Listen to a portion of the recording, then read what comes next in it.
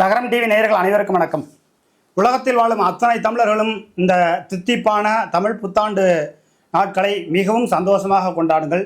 உங்கள் பகுதியில் நடக்கக்கூடிய ஜல்லிக்கட்டு அந்த போட்டிகளில் விளையாட்டுகளில் அரசாங்க அனுமதியோடு நடத்துங்க. அதுதான் அரசாங்கம் உங்களுக்கு முழு பாதுகாப்பு கூடும். ஆவணங்கள் மூலிமா முழு ஆதரவு பண்ணுவாங்க. அதனால் நிச்சயமாக அரசாங்க அனுமதியோட ஜல்லிக்கட்டு விழா நடத்துங்கள் அப்படிங்கிறத தெரிவிச்சுக்கிறோம். இப்போ ஈரோடு சட்டமன்ற இடைத்தேர்தலில் நாம் தமிழர் கட்சி சார்பாக ஈரோடு மாவட்டம் ஓடத்துறை ஊராட்சி பகுதியில் இருக்கக்கூடிய மாரப்பாளையம் கிராம பகுதியில் இருக்கக்கூடிய சீதாலட்சுமி அவர்களை சீமான் அறிவிச்சிருக்கிறார். அதாவது 2011 சந்திரகுமார் எம்எல்ஏ ஆனார். அதுக்கப்புறம் 2016 தென்னரசுங்கிறவற்றை தோற்று இருக்கிறார். 2016 தென்னரசுவிடம் தோற்ற சந்திரகுமார் அவர்கள் 2021 போட்டியிட முடியாத ஒரு நிலை ஏற்பட்டது. 2021 காங்கிரஸுக்கு ஒதுக்கியதால் போட்டியிட முடியாமல் போனதால் சந்திரகுமார் கொஞ்சம் அதிருப்தியில் இருந்தார். திராவிட முன்னேற்ற கழகத்தில் கொள்கை பரப்பு துணை செயலாளராக இருந்தாலும் அவர் ஈரோடு மாவட்டத்தை தாண்டி எந்த இடத்துலையும் திராவிட முன்னேற்ற கழகத்தினுடைய திராவிட மாடலை இவர் சந்திரகுமார் பெரிய அளவுக்கு வெளிப்படுத்தினதில்லை. பெரிய அளவுக்கு பேச்சாற்றல் கொண்டவரும் கிடையாது. தேமுதிகவில் இருந்திருக்காரு. முதலியார் சமுதாயத்தை சேர்ந்தவர், பெரும் பணக்காரர், பணபலம் படைத்தவர். அதனால அவர் செலவு அவரே முடிஞ்சவர்களையும் அவர் இது பண்ணுவார். அதே நேரத்தில் ஈரோடு சட்டமன்ற தொகுதிகளை கிழக்கு சட்டமன்ற தொகுதியில் முதலியார், அருந்ததியர், நாயுடு, வெள்ளாள கவுண்டர், பிற சமுதாயம், பல்லர், கல்லர், முக்குளத்தூர், பிற சமுதாயம் எல்லாம் இருக்காங்க. முஸ்லீம் ஓட்டு இருக்குது, கிறிஸ்தவ ஓட்டு இருக்குது. முஸ்லீம் கிறிஸ்தவ ஓட்டு குறைஞ்சபட்சம் ஒரு 45,000 ஓட்டு இருக்குது. இந்த 45,000 ஓட்டில் சீமானுக்கு குறைஞ்சபட்சம் கிறிஸ்தவ ஓட்டு ஒரு 2% ஓட்டு கிடைக்கும் அப்படிங்கிறாங்க. அதில் கொஞ்சம் கலப்பினமாகவும் சில பேர் இருப்பாங்க. அதனால ஒரு 2% ஓட்டு கிடைக்கும் அப்படிங்கிறாங்க. சரி, அப்போ அதிமுக ஓட்டு எவ்வளவுங்க கிடைக்கும் அப்படின்னு சொல்லி நம்ம ஈரோடு கிழக்கு பகுதியில் இருக்கக்கூடிய நம்ம நண்பர்கள்ட்ட அங்கே உள்ளவங்கள்ட்ட கேட்கும்போது, அதிமுகவில் இருக்கக்கூடியவர்கள் திராவிட சிந்தனையில் இருப்பாங்க. இப்போ நீங்கள் தென் மாவட்டத்தில் மதுரை, தேனி, திண்டுக்கல், சிவகங்கை, ராமநாதபுரம் இந்த மாவட்டங்களில் எடுத்துக்கிட்டிங்கன்னா நிச்சயமாக ஈவேரா ராமசாமி அவருடைய சிந்தனைக்கு எதிரா அப்படிங்கிறத தாண்டி பசுமன் முத்துராமலிங்க தேவருக்கும் ஈவேரா ராமசாமிக்குமான முரண்பாடு இருந்துச்சு.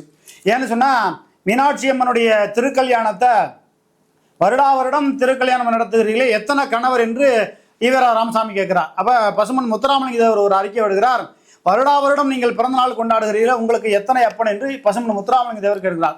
அதனால ஈவேரா ராமசாமி பசுமன் முத்துராமலிங்க தேவர்கிட்ட மோதிரத்தை தவிர்த்து கொண்டார். என்று சொன்னால், தென் மாவட்டத்தில் முழுக்க பசுமன் முத்துராமலிங்கத்தோட செல்வாக்கு அதிகம். அவரோட சம்மதம் இல்லாமல் தென் மாவட்டத்தில் காலடி எடுத்து வைக்கவே முடியாது. அதனால தென் மாவட்டத்தில் மதுரை, நான் சொன்ன மேற்படி மாவட்டங்களில் சீமான் அந்த ஈவேரா ராமசாமிக்கு எதிரான நிலைப்பாட்டில் கடுமையாக எதிர்த்து அவர் ஒரே ஒரு இடைத்தேர்தல் அங்கே நடந்துச்சுன்னா நிச்சயமாக நாம் தமிழர் கட்சி வெற்றி பெறுவதற்கான சாத்தியக்குறை இருக்குது. ஆனால் ஈரோட்டில் அது சாத்தியமா அப்படின்னா கிடையாது. அதனால தான் அனைத்து இந்திய அண்ணா திராவிட முன்னேற்ற கழகத்தில் இருக்கக்கூடிய ஈரோடு கிழக்கு தொகுதியில் இருக்கக்கூடிய முதலியார் சமுதாயத்தில் இருக்கக்கூடியவர்கள் நிச்சயமாக ஒரு 1% ஓட்டு போடுவாங்க. அதுக்கு மேலே வாய்ப்பு இல்லைங்க. அருந்ததிய சமுதாய ஓட்டு கண்டிப்பாக ஒரு ஓட்டு கூட கிடைக்காதுங்க. நாயுடு ஓட்டு நிச்சயமாக கிடைப்பதற்கான வாய்ப்பு இல்லைங்க. அப்போ வெள்ளாளர் கவுண்டர் ஓட்டலாம், அதில் ஒரு 3% ஓட்டு கிடைக்கிறதுக்கு வாய்ப்பு இருக்குங்க. அப்போ அதிமுக ஓட்டு ஒரு 3% ஓட்டு, வெள்ளாளர் கவுண்டர் ஓட்டுன்னு தனிப்பட்ட முறையில் பிரித்து எடுத்து எந்த கட்சியிலும் இல்லாதவங்க பார்த்தா எல்லாம் சேர்த்து 5% ஓட்டு வருது. அப்போ ஏற்கனவே நாம் தமிழர் கட்சி இருக்கக்கூடிய 8% ஓட்டு எடுத்துக்கிட்டா 8×5 13 வருதுங்களா கணக்கு.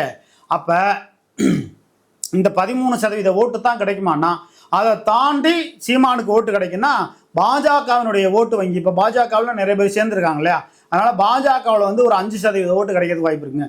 அப்போ 13×5 18% ஓட்டுங்க. அப்போ ஆரிய பார்ப்பனர்கள் ஓட்டு அதில் ஒரு 3% ஓட்டுங்க. அப்போ நிச்சயமாக 21% ஓட்டு கிடைக்கும்னு சொல்கிறாங்க. அப்போ அனைத்து இந்திய அண்ணா திராவிட முன்னேற்ற கழகம் பெற்ற வாக்கு எப்படின்னா, போன முறை இளங்கோவன் இடைத்தேர்தலில் போட்டிட்டார் இல்லையா, இறந்து போன இளங்கோவன், அந்த காலகட்டத்தில் அனைத்து இந்திய அண்ணா திராவிட முன்னேற்ற கழகம் பெற்ற வாக்குகளை பெறுவதற்கான வாய்ப்புகள் இருக்குது. ஏன்னா திராவிட முன்னேற்ற கழகத்தின் மீது அதீத வெறுப்பு கொண்ட ஓட்டுகள், இன்னும் சொல்ல போனால் தமிழ்நாடு முழுவதுமாக மின்சார உயர்வு, சொத்து வரி, இது போன்ற வரிகள் எல்லாம் உயர்த்தியதால் மிகப்பெரிய அளவுக்கு அரசாங்க அதிகாரிகள் தமிழ்நாடு முழுக்க திராவிட முன்னேற்ற கழகத்தின் மீது வெறுப்பில் இருக்கிறார்கள் என்பதுக்கு மாற்று கருத்தில். ஆனால் திராவிட முன்னேற்ற கழகம் பெரிய நல்லாட்சி செய்தது, பொற்கால ஆட்சி செய்ததுன்னு சொல்லி முதல்வர் ஸ்டாலின் ஐயா அவர்கிட்ட யாரோ தப்பாக சொல்கிறாங்க. நான்லாம் கிராமத்து பகுதியை சார்ந்தவன், என்கிட்ட கேட்டால் திராவிட முன்னேற்ற கழகத்திற்கு எந்த அளவுக்கு நல்ல பேர் இருக்கு இல்லை அப்படிங்கிறத நம்மளால சொல்ல முடியும். திராவிட முன்னேற்ற கழகம் 2வது முறையாக ஆட்சி ஏறுவதற்கான வாய்ப்புகள் இருக்கிறது. ஆனால் அதில் சில விஷயங்களை, சில திருத்தங்களை செய்யணும். அதை நம்ம தொடர்ந்து சொல்லிட்டு வர்றோம். நிச்சயமா அடுத்தது நம்ம சொல்லுவோம்.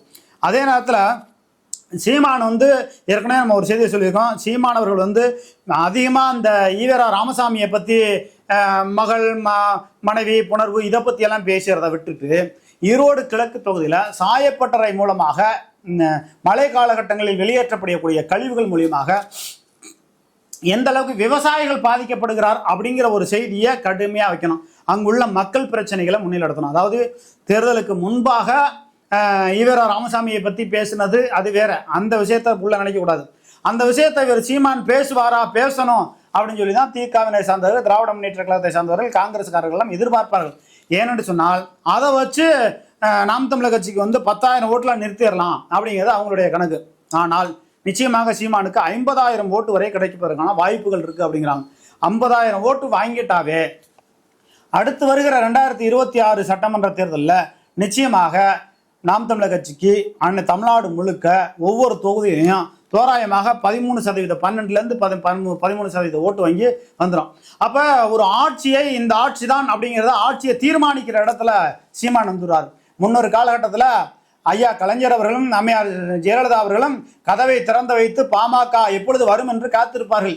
இப்பொழுது பாமகவுக்கு வேலை இல்லை, 1.5% ஓட்டு தான். அப்பனுக்கு மகனுக்குள்ளே பெரிய பிரச்சனை. மகன் பாஜகவுக்குள்ள எப்படியாவது இப்போ அங்கே மாநிலங்களவை எம்பி வாங்கி ஒரு அமைச்சராவது வாங்கிடலான்னு அவருடைய காத்திருப்பு பட்டியலில் அவர் இருக்காரு.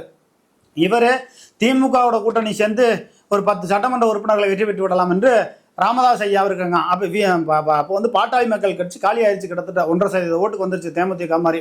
விடுதலை சிறுத்தை கட்சிக்கு அந்த நிலைமை தான். ஏன்னா பிளாக் டிக்கெட் விற்கிற, லாட்ரி டிக்கெட் விற்கிற ஆதவ அர்ஜுனாவை ஏற்றுக்கிட்டு அவங்கள்ட்ட பணம் வாங்கிட்டு திமுக கடுமையாக தாக்கி பேசக்கூடிய ஒரு நிலைமையெல்லாம் ஏற்படுத்தினால தான் விசிகாவுக்கு பெரிய அளவுக்கு செல்வாக்கு இருக்குமா இல்லையாங்கிறது போக போக தான் தெரியும்.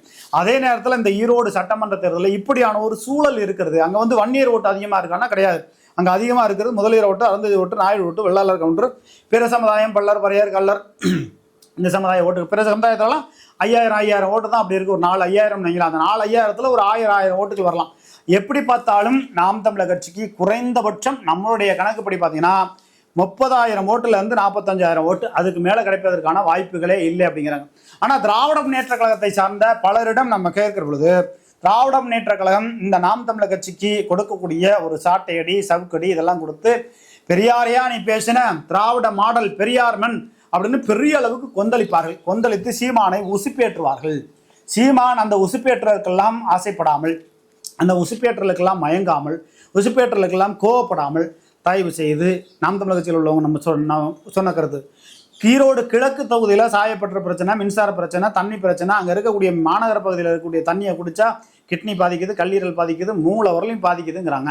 அது மாதிரி சம்மந்தப்பட்ட பொதுமக்கள் பிரச்சனைகளை மட்டும் ஐயப்படுத்தி பேசணும். என்னதான் இருந்தாலும் அதாவது பாம்பு திங்கிற ஊருக்கு போனால் நடுத்துண்டும்பாங்க. அதாவது பொதுவாக சொல்கிறேன், நான் பெரிய இருக்குன்னு சொல்லலை.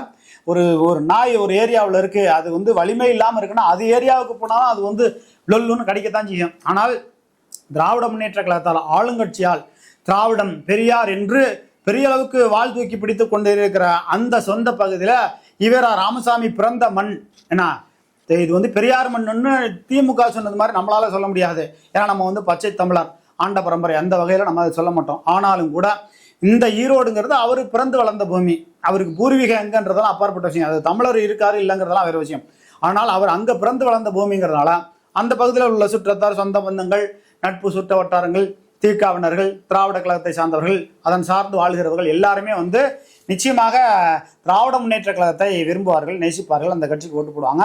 ஏன்னா இப்போ இந்த 2025 இந்த சட்டமன்ற இடைத்தேர்தல், ஈரோடு கிழக்கு தேர்தலில் தமிழ் தேசியமா திராவிடமா, எப்படி தமிழ் தேசியமா திராவிடமா என்ற ஒரு பல பரீட்சையை பாஜக களமிறக்கி இருக்கிறது. ஆர்எஸ்எஸ் பின்னணியில் சீமான் இருக்காரு அப்படின்னு சொன்னால் அப்படி கிடையாதுங்க. இந்த 2025 எங்களுக்கு கிடைத்திருக்கிற அந்த தேர்தல் ஏற்கனவே பல முறை சீமான் சொல்லியிருக்காரு. எப்படி சொல்லியிருக்கா, திராவிட முன்னேற்ற கழகம் துணிச்சல் இருந்தால் என்னோடு போட்டியிட, தனித்து போட்டியிட அல்லது கூட்டணியோட எப்படியோ திராவிட முன்னேற்ற கழகம் போட்டியிட தயாரா அப்படின்னு கேட்டிருங்க. இப்போ திமுகவா நாம் தமிழர் கட்சியா அப்படின்னு தான் பார்க்கணும். இதில் விடுதலை சிறுத்தையோ, கம்யூனிஸ்ட் கட்சியோ, காங்கிரஸ் கட்சியோ, தமிழக வாழ்வுரிமை கட்சியோ, இந்த கட்சியெல்லாம் விட்டுருங்க. முஸ்லீம், கிறிஸ்தவ அமைப்பு இதெல்லாம் விட்டுருங்க. இப்போ போட்டிங்கிறது திமுக, நாம் தமிழர் கட்சி. ஒரு அருமையானது ஒரு வாய்ப்பு. இந்த வாய்ப்பை வந்து எப்படி பயன்படுத்தணும்?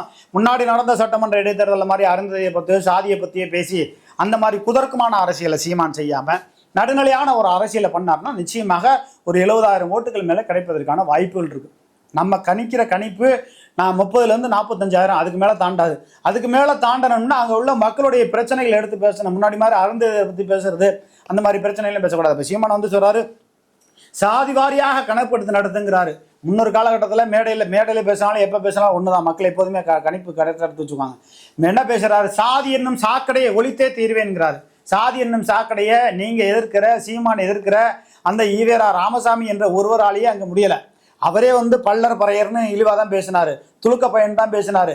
என்ன கிறிஸ்தவ அமைப்பு துளுக்கர்களெல்லாம் இந்த நாட்டை விட்டு ஓடணும், அவங்களுக்குலாம் அதிகாரத்தை கொடுக்குறீங்கன்னு பேசினவர் தான் ஈவேரா ராமசாமி. அப்படிப்பட்ட ஈவேரா ராமசாமி அவர்கள் சாதி ஒழிப்புன்னு அவர் ஒழிக்கிறதுக்கு முயற்சி பண்ணுறதா திமுகவினர் சொல்கிறாங்க. அது அதற்கான முயற்சியே ஈவேரா ராமசாமி அவர்கள் ஒருபோதும் எடுத்ததில்லை அப்படிங்கிற மாதிரியான சொல்கிறாங்க. இருந்தாலும் இந்த திராவிட முன்னேற்ற கழகம் இன்னும் கூடுதலாக நல்லாட்சிங்கிற பேர் வாங்கினோம்னா வரும் காலகட்டங்களில் ஈவேரா ராமசாமி செஞ்ச தவறை செய்யாமல் அவர் தென்னை மரத்தை வெட்டினார் பார்த்தீங்களா, மாதிரி செய்யாமல் தென்னம்பால் பணம்பால் இறக்க அனுமதி கொடுத்தாங்கன்னா நிச்சயமாக திராவிட முன்னேற்ற கழகத்திற்கு ஆதரவாக இந்த திருச்சி ரெங்கராஜ் இல்லை தமிழ்நாடு முழுக்க எல்லாருமே உங்களுக்கு களத்தில் நிற்போம். திமுகவுக்கு தென்னம்பால் பணம்பால் இறக்க அனுமதி கொடுக்கணும். அதுக்கு தயாரா முடியுமா? சாத்தியம் இருக்கா? சரி, ரைட்டு. அப்படி இருக்கும்போது இந்த திராவிட முன்னேற்ற கழகத்தை தாண்டி 2வது இடத்துல தான் நாம் தமிழர் கட்சி ஓட்டு வாங்கி வரப்போகுது. ஏன்னா வேற சுயேட்சை வேட்பாளர்கள் பெரிய அளவுக்கு யாரும் இல்லை. ஆனாலும் கூட சீமான் குறைஞ்சபட்சம் ஒரு 75,000 ஓட்டாவது ஒரு 60,000 ஓட்டாவது வாங்கினார்னா தான் நாம் தமிழர் கட்சிக்குன்னு எதிர்காலத்தில் ஒரு நல்ல ஒரு இது இருக்கும். திராவிடமா தமிழ் தேசியமான இந்த பெரியாரை எதிர்த்து இந்த ஈவேரா ராமசாமியை எதிர்த்து இன்னைக்கு பேசுகிறாருல அவர் கொண்ட கொள்கை தமிழ் தேசியத்துக்கு எதிரானது, தமிழருக்கு எதிரானது. தமிழை வந்து சனின்னு சொன்னார், காட்டு மிராண்டி சொன்னாருன்னு தமிழர் இதெல்லாம் சொன்னார்ல.